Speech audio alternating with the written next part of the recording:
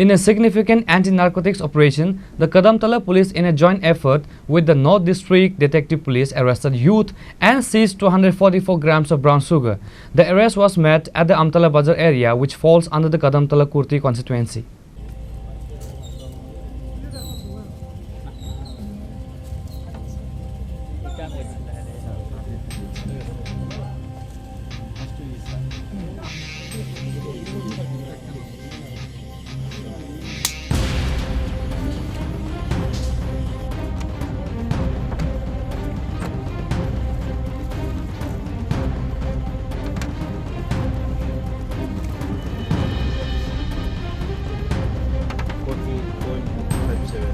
Acting on a confidential tip, the police team intercepted a young man traveling on a motorcycle.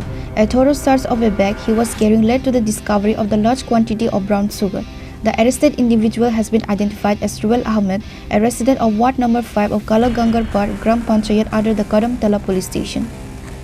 A case has been registered against Ruel Ahmed at the Kadamtala police station under the NDPS Act. The seizure marks another step in the ongoing efforts to curb drug trafficking in the region.